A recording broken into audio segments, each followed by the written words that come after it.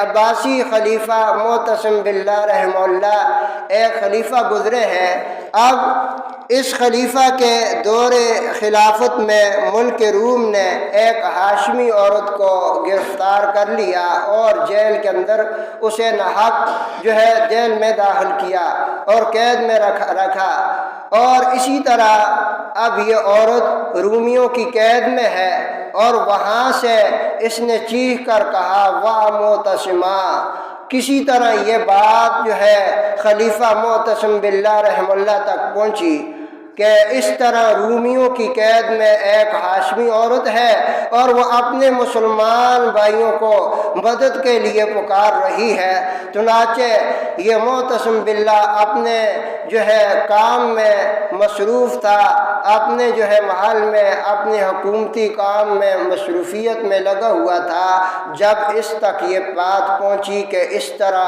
ایک عورت ہے کافروں کی قید میں ہے اور اس نے اپنے مسلمانوں کو پکارا ہے کہ او مسلمانوں تم کہاں سو گئے، کن دنیاوی عیش و نشو میں تم غفلت میں پڑے ہوئے ہو، تمہیں اپنے مسلمانوں کا درد اور مسلمانوں کی تکلیف کی خبر نہیں ہے۔ وہ عورت چیخ کر کہہ رہی ہے واہ معتصمہ۔ اب اس نے وہیں پہ اپنے سارے کاموں کو روکا، اعلان کیا کہ روم کا سب سے مضبوط اور محبوب شہر، ان کو سب سے پسندیدہ شہر کون سا ہے؟ تو لوگوں سے پتہ چلا کہ شہر عموریہ یہ رومیوں کا سب سے مضبوط اور محبوب شہر ہے۔ چنانچہ معتصم باللہ خود میدان میں نکلے اور نفیر عام کا اعلان کرتے ہوئے روم پہ حملہ کر دیا۔ 55 دن تک روم کا محاصرہ کیا، لڑائی جاری رہی اور آخر کار رومیوں نے شکست قبول کی، مغلوب ہوئے، اور اسی طرح ان تمام مسلمان قیدیوں کو رہائی ملی۔ تو یہ اس وقت مسلمانوں کے دل کے اندر محبت، عقیدت، بھائی چارگی کا یہ جذبہ تھا۔ تب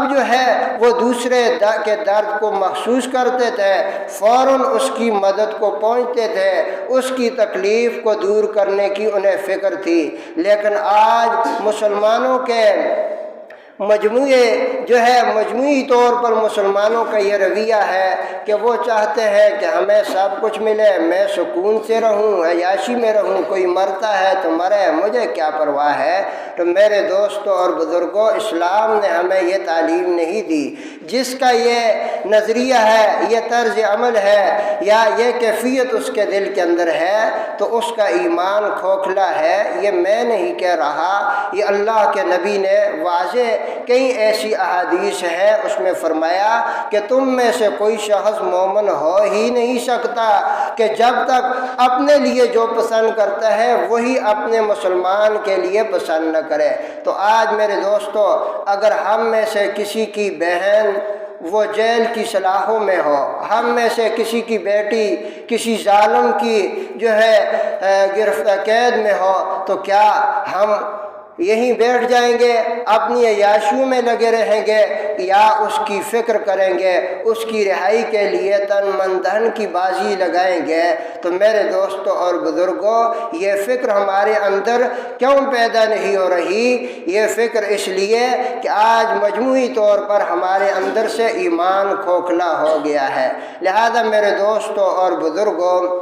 اللہ کے نبی صلی اللہ علیہ وسلم نے فرمایا کہ مومن کسی دوسرے مومن کی تکلیف کو دور کرنے کی فکر کرتا ہے تو اللہ قیامت کے دن اس کی تکالیف دور کریں گے، اور جو مسلمان کسی دوسرے کے مصیبت تکلیف کو دور کرنے کی فکر میں جب تک لگا رہتا ہے، اللہ تعالیٰ اس کی تمام پریشانیوں کو دور فرماتے ہیں اور اس کے مسائل کو حل فرماتے ہیں۔ اور اسی طرح اللہ کے نبی کی زندگی آپ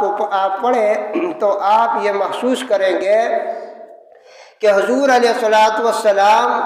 جب کسی کو پریشان حال دیکھتے تو اس وقت تک آپ چین سے نہ بیٹھتے جب تک اس کی مدد کر کے اس کو اس پریشانی سے باہر نہ نکالتے، اس وقت تک حضور صلی اللہ علیہ وسلم چین سے نہ بیٹھتے، اس کی مدد کرتے، اس کی تکلیف کو دور کرتے۔ یہ آپ صلی اللہ علیہ وسلم کی تعلیمات بھی ہے، آپ کی سنت بھی ہے، آپ کا طریقہ بھی ہے، اور اسی میں دنیا آخرت کی مسلمانوں کے لیے کامیابی اور فلاح ہے۔